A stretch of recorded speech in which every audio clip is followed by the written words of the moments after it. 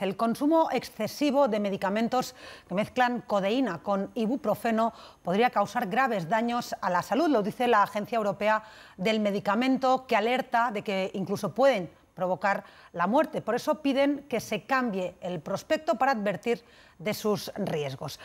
Saludamos en este punto a Manuel Herrero, es el coordinador de la Unidad del Dolor del Hospital Universitario San Chinarro. Buenas tardes. Hola, buenas tardes. ¿Para qué se recetan esta combinación de estos dos medicamentos?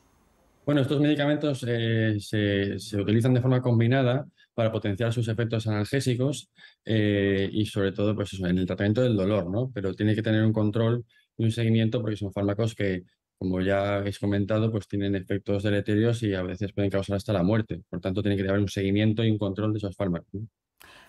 ¿Eso os va a afectar a los médicos que hacéis recetas a gente que sufre dolor? ¿Vais a proponer algún otro tipo de alternativa?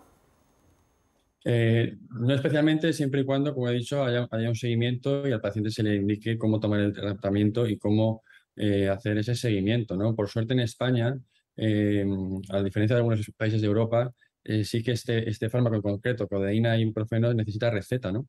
Y aparte que aquí, desde la implantación de la receta electrónica, pues estos fármacos están mucho más controlados, ¿no?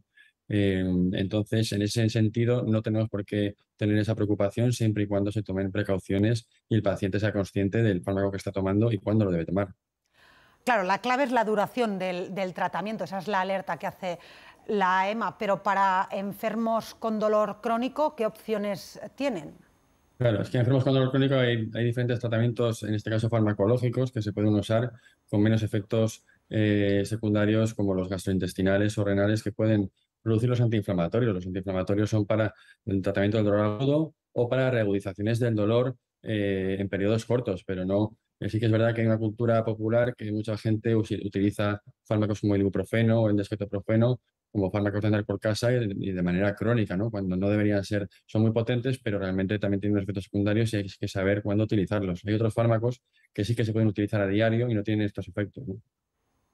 ¿Cuál sería el periodo prudente para poder tomar estos medicamentos sin riesgo?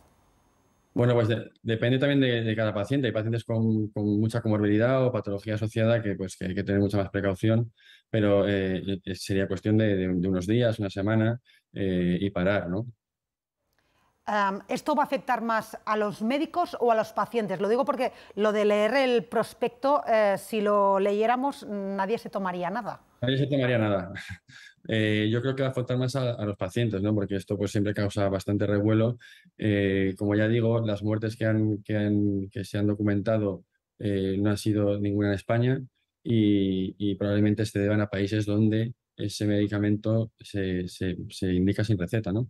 Entonces, en el caso de los médicos no creo que nos ponga un problema, aunque tenemos muchas alternativas también para tratar el dolor y el paciente pues simplemente informarle si tiene algún tipo pues de miedo o de temor a tomar este tipo de fármacos, ¿no? Manuel Herrero, coordinador de la Unidad del Dolor del Hospital de San Chinarro, gracias por aclararnos lo que implica esa advertencia de la EMA y buenas tardes.